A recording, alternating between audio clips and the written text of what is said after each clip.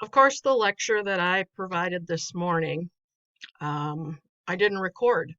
So I am going to record the lecture for those of you that missed it um, for the criminology lecture that was held on April 29th. Um, so here's what we covered. We started talking about an incident that took place in St. Paul um, back in January. And I'm going to move this a little bit so we can see this a little bit better. Back in January, there was a situation in a parking ramp in St. Paul where, based on what we can see here, police responded to an assault. And when the police arrived at the location, they found a man unconscious and unbreathing, or unconscious and not breathing. And when they got him to Regions, they could not revive the person. So their investigation leads them to a 49-year-old man who worked in St. Paul at the Church of Scientology. And he claims that he came out of the church and was confronted by this 52-year-old man who imitated that he had a gun. And the victim of this robbery, this 49-year-old man, and this 52-year-old man who said he had a gun and was trying to rob him, they got into a pushing shoving match, which I guess went on for what they say here, a considerable amount of time. By the time the police get to the scene, the 49-year-old man has this 52-year-old robber down on the ground and is holding him until the police arrived. And at some point in their insistence, I mean, the guy who was from the Church of Scientology was yelling for help. Other people came to help, and the police got there and they found this man who was the suspected robber deceased. And so the question that this applies to and what we covered in class this morning, is that a crime? If the 49-year-old man was being robbed and he, excuse me, and he tried to gain control of the situation, and in doing so ends up, for whatever reason, causing the death of the man who was forcibly trying to take something, is that considered a crime? And so to figure that out, some crimes are easy to determine that somebody did something criminal, but sometimes the action doesn't necessarily make one wonder if somebody should, if somebody broke the law. So what we're going to do for this week is we're going to go through a process of determining if something is criminal. And the first step to this process is to determine, is the action, the holding him down, which leads to his death, but holding him down, is that something that's written down that by law you can't do, or is it something that says you must do for other reasons? And so we're trying to determine, is there something written that would help us understand that something may have, they've broken the law. So in this situation, we could look at this and say, well, is it written down that you can't hold someone against their will or pin someone down? Okay, we'll use that as an example. And to be honest, I don't know if that's even written down. That then takes us to the second step. And the second step is looking at what kind of evidence can be found that would help the prosecution convict someone of a crime. Now, if we look at a process of a criminal action, So we have the situation here, and we'll use this as the situation. Holding someone down, or we'll say pinning someone down.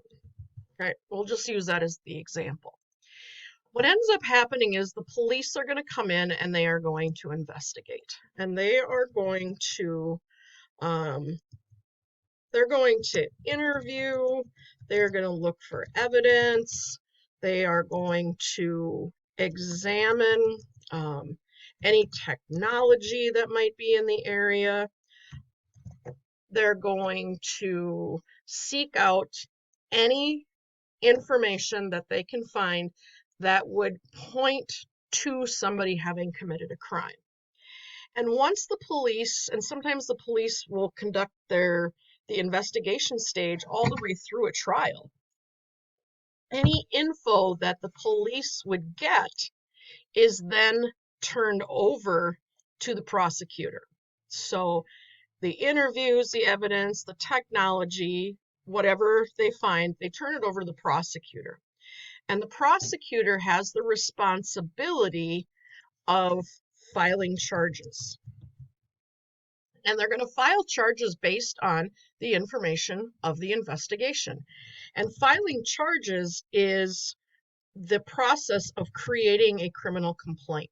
And in a criminal complaint, what you're finding is the accused is named, police information is provided, and official charges are identified in a criminal complaint. Now, we live in a system where, and I'm glad we live in this system, by the way, but we live in a system where you are innocent until proven guilty.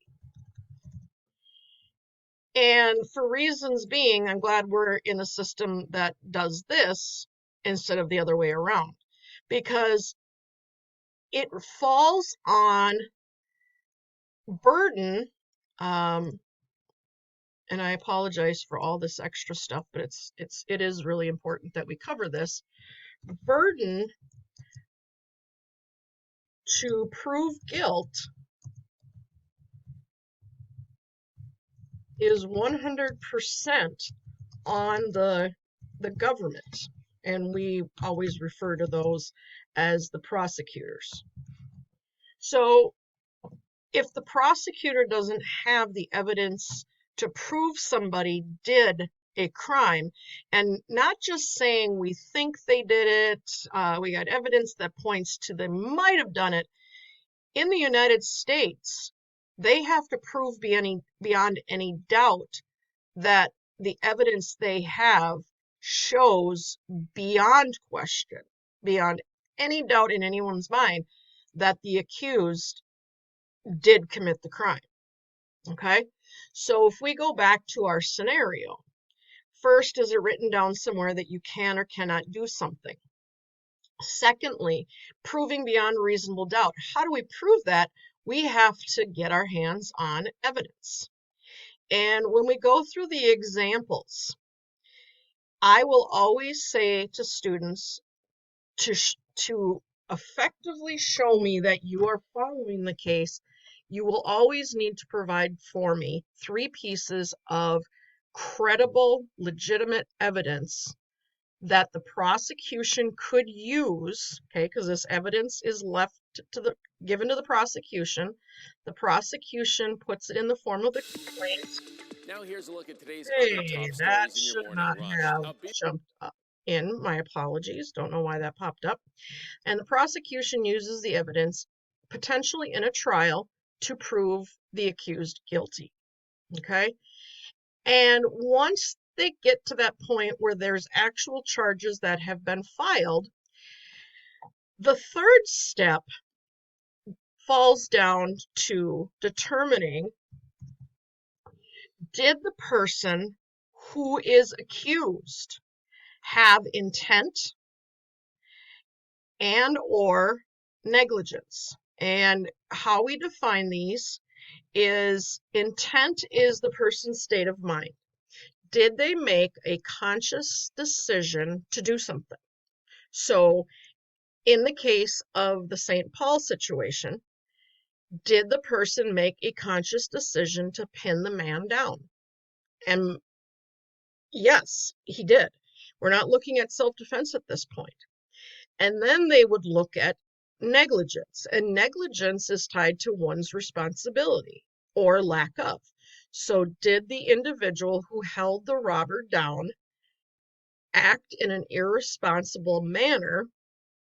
And that again would have to come through evidence and witnesses and potentially an autopsy to determine that. So once we figure out that something's written down, there's evidence, and we can determine if the intent was there and or the negligence, we then can determine that a crime may have been committed. And then the responsibility of the student is to go on to their Schoology and pull up the 609 common felonies packet and determine if they're going to be charged, what is the charge going to be? And so one of the things I say here is that prosecution is always going to seek the highest charge they can file, because something we haven't really brought into this is that as the accused has the defense, and the defense is going to try to raise doubt. The defense also has the ability to negotiate with the prosecution to charge a lesser crime. So if the prosecution starts at the highest crime they can, there is room for them to talk with defense and actually bring the crime down to a lesser charge. So if we go back to this, we can't identify this as murder one because we've already talked about how murder one requires premeditation. There was no premeditation here. Is it murder two? Was there intent to kill this person? No, there was no intent. He was holding him down so the police could get him. So then we look at murder three, and we just keep going until we think this is the highest level that they could prosecute someone on. All right, so with that information, during the lecture today, we went through a number of cases. And so we looked at these cases and we determined if we were to do this on a test, what would we identify? So I'm going to ask you to pause here and read this scenario. I'm not going to read it to you, but I want you to pause this long enough to read the scenario, and then I want you to come back. Okay, now that you've read the scenario, you should have an idea that there's a situation. And so what we need to determine is these steps. First step, what's written down somewhere? And I'm hoping as I go through this, you're thinking this through, because you're going to have to take the assessment on this and do this yourself. So, I mean, I really, really, truly think you need to pay real close attention to how these are being done. So is it written down somewhere? When I asked that question this morning, the one answer that came back is leave a child unattended, okay? Which is definitely what took place here. So when we got then into what is the evidence, what could the police find, and a lot of it revolved around the weather, and they wanted to know the temperature both outside and inside the car at the time they found the child, because that is going to play a role. When you're dealing with a death of somebody, you're going to look at an autopsy. That will tell you what was the cause of death. Were there any circumstances? In a situation like this, one student pointed out there may have been witnesses. Absolutely. Now, the father is not going to be part of the burden of proof because he under the Constitution doesn't have to testify against himself. And so a couple other things was possibly a video camera that, and actually we might look at it as a street camera, where they may see the father leaving.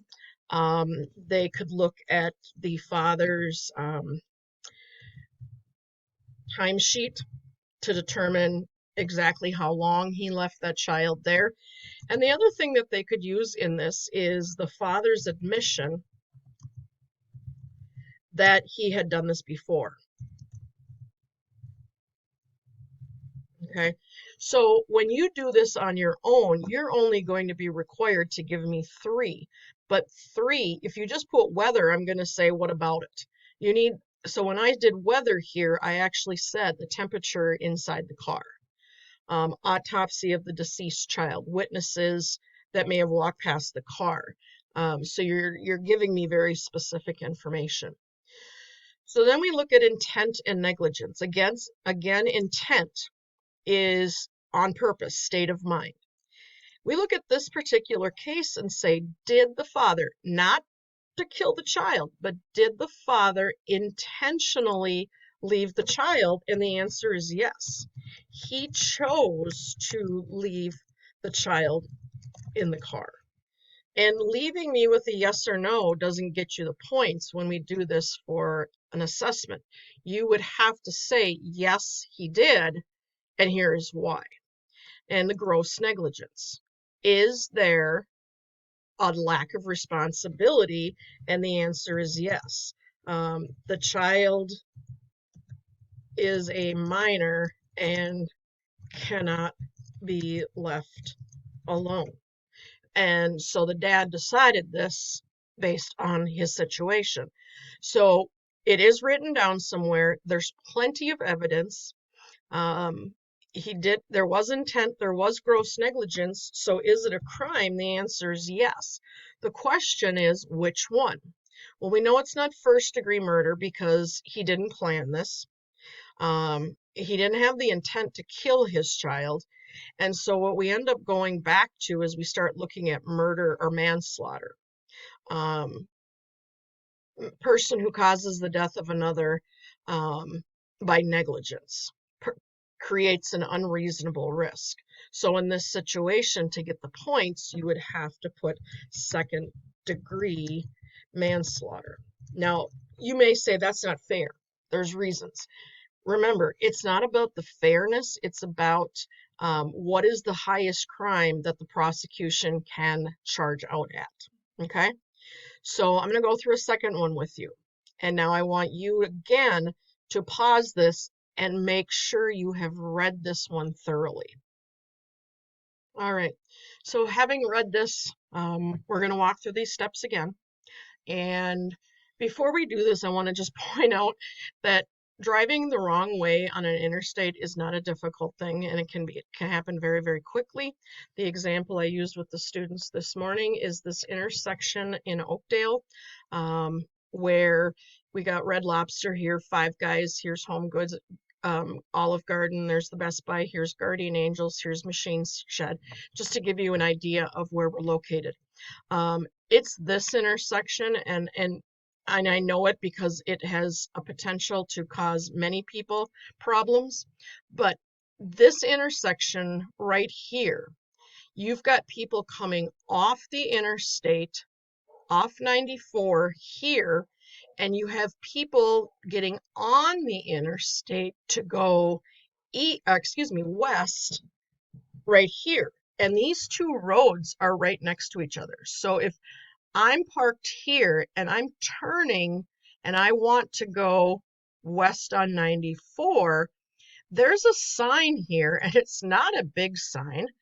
It sits right in this little area here that says do not enter. Well, if you are not familiar with this situation, which one are they saying do not enter to? So the possibility of turning left here and driving the wrong way is actually one that I know people have done because it's very quick and that intersection is incredibly confusing. So if we go back to this and we look at the situation with this woman, we have to process all these steps. So the first step, is it written down somewhere that one cannot? And I'm hoping that in your mind or writing it down, you've actually gone through this. It is written down somewhere that one cannot drive the wrong drive on the wrong side of the road. Okay, you may even put something down. You could put it kill another person. Okay, you could be using any of these, but driving the wrong way is what started this whole thing. So now we start looking at burden of proof. What evidence is there? Well, right away we're going to go the traffic cam. The traffic cam, the witnesses, students were popping these ideas out at me faster than I could actually could even write them down. So we've got the traffic cam, we've got witnesses, we've got the cars, we have police testimony from getting to the scene, we have paramedics that may have gotten there, we've got pictures of the accident that can be used as by the prosecution. We could do the autopsy of the child. We could have, and one thing that they missed, and they I had to kind of prompt them, is one of the biggest pieces of evidence is the woman driving the other car. She did not die, and so therefore she becomes a critical person to this investigation. So now we have to ask about the intent and the gross negligence. Did the woman intend to drive on the wrong side of the road? Did the woman intend to cause this car accident? That is not her intent, but the answer is yes. And the reason the answer is yes, and this, I had some students who questioned me on this morning, and again, that is perfectly fine with me to question why I would answer, but the intent was she got behind the wheel. Okay? She made a choice. She got behind the wheel on purpose. Okay? Nobody forced her. It wasn't accidental. She made the decision to drive. So, on purpose, she drove. Was there a lack of responsibility on her part? And the answer to this is yes, absolutely. She knew driving at night was difficult for her. So she not only made the decision to drive, she knew driving at night was hard, which is a lack of responsibility on her part. So based on all of this, is this a crime? The answer is absolutely yes. She committed a crime. Which one? Well, it's not going to be a murder case because there was no intent to kill someone. What it actually ends up being is criminal vehicular homicide. So the answer to this one was criminal, and I'm only abbreviating it because of the time constraint we're having going through this. So you're going to be given some scenarios in the formative assessment that goes with this, and you're going to have to walk through the steps with this as well. You're going to have to decide, were the situations that I'm going to give to you, are they considered criminal behaviors? So look for that on Schoology, and if you have questions, you can always email me. Good luck.